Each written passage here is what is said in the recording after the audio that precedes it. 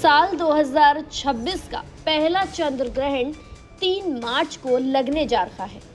ये ग्रहण फागुन शुक्ल पक्ष की पूर्णिमा के दिन लग रहा है। धार्मिक और वैज्ञानिक दोनों ही दृष्टि से इसे खास माना जा रहा है। ये चंद्र ग्रहण भारत में ग्रस्तेदित खंडग्रास चंद्र ग्रहण के रूप में दिखाई देगा। इसका मतलब ये है कि ये चंद्रमा आकाश में उगेगा और उसी समय वो पहले से ही ग्रहण की अवस्था में होगा, यानी हमें चांद पहले से ही ढका हुआ नजर आएगा। वैज्ञानिक संस्थाओं जैसे नासा, इसरो के अनुसार ये ग्रहण पृथ्वी की छाया चंद्रमा पर पड़ने से बनता है। जब सूर्य, पृथ्वी और चंद्रमा एक सीध में आ जाते हैं तब चंद्र ग्रहण होता है।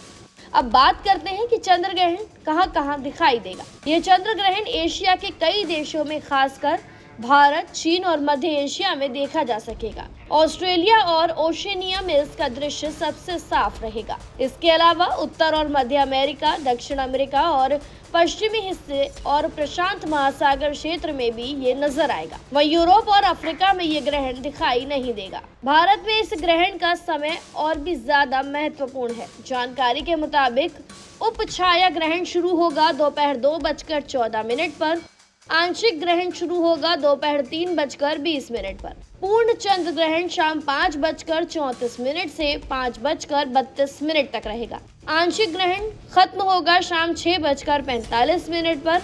वहीं उप छाया समाप्त होगा शाम 7:53 पर। पूर्वोत्तर भारत जैसे असम और अरुणाचल प्रदेश में लोगों को पूर्ण ग्रहण की झलक मिल सकती है। वहीं दिल्ली, मुंबई और कोलकाता जैसे शहरों में चंद्रमा के उदय के समय आंशिक ग्रहण दिखाई देगा, जो करीब 20 से 25 मिनट तक नजर आएगा।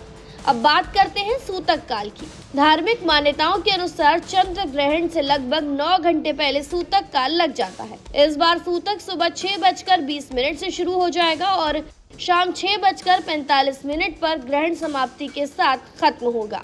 चूंकि ये ग्रहण भारत में दिखाई देगा, इसलिए यहाँ सूतक के नियम मान्य रहेंगे। अब जानते हैं कि ग्रहण के दौरान क्या ना करें। सूतक लगने के बाद भोजन करने से बचें। सुई, चाकू, कैंची जैसे नुकीली चीजों का इस्तेमाल ना करें। कोई नया या शुभ कार्य शुरू न करें। मंदिर के पट बंद रखें और मूर्तियों को न छुएं। ग्रहण के समय सोने से बचें। यात्रा और दाम्पत्य संबंध से भी परहेज करें। अब जानते हैं कि ग्रहण के दौरान क्या करना चाहिए। भगवान के मंत्रों का जाप करें, जैसे ओम नमः शिवाय या महामृत्युंजय मंत्र। खाने पीने की चीजों में तुलसी का पत्ता डालकर रखें। रामायण, गीता या हनुमान चालीसा का पाठ करें। ग्रहण से पहले और बाद में स्नान करें। मन को शांत और सकारात्मक रखें। अब जानते हैं कि ग्रहण समाप्त होने के बाद क्या करना है। सबसे पहले स्नान करें। घर और मंदिर में गंगा जल का छिड़काव करें। मूर्तियों का शुद्धिकरण करें। जरूरतमंदों को अन्न, वस्त्र और धन का दान करें। उसके बाद ही ताज़ा भोजन बनाकर ग्रहण करें। चंद्र ग्रहण एक प्राकृतिक और वैज्ञानिक दोनों ही घटना में आता है, लेकिन हमारी संस्कृति में इसका विशेष धार्मिक महत्व है। ऐसे में जरूरी है कि हम विज्ञान और आस्था दोनों का सम्मान करें। तो 3 मार्च 2026 को आसमान की इस अनोखी घटना को जरूर देखें और सावधानियों का पालन करें। फिलहाल जानकारी में इतना ही। खबरों के लिए सब्सक्राइब करें भारत एक्सप्रेस।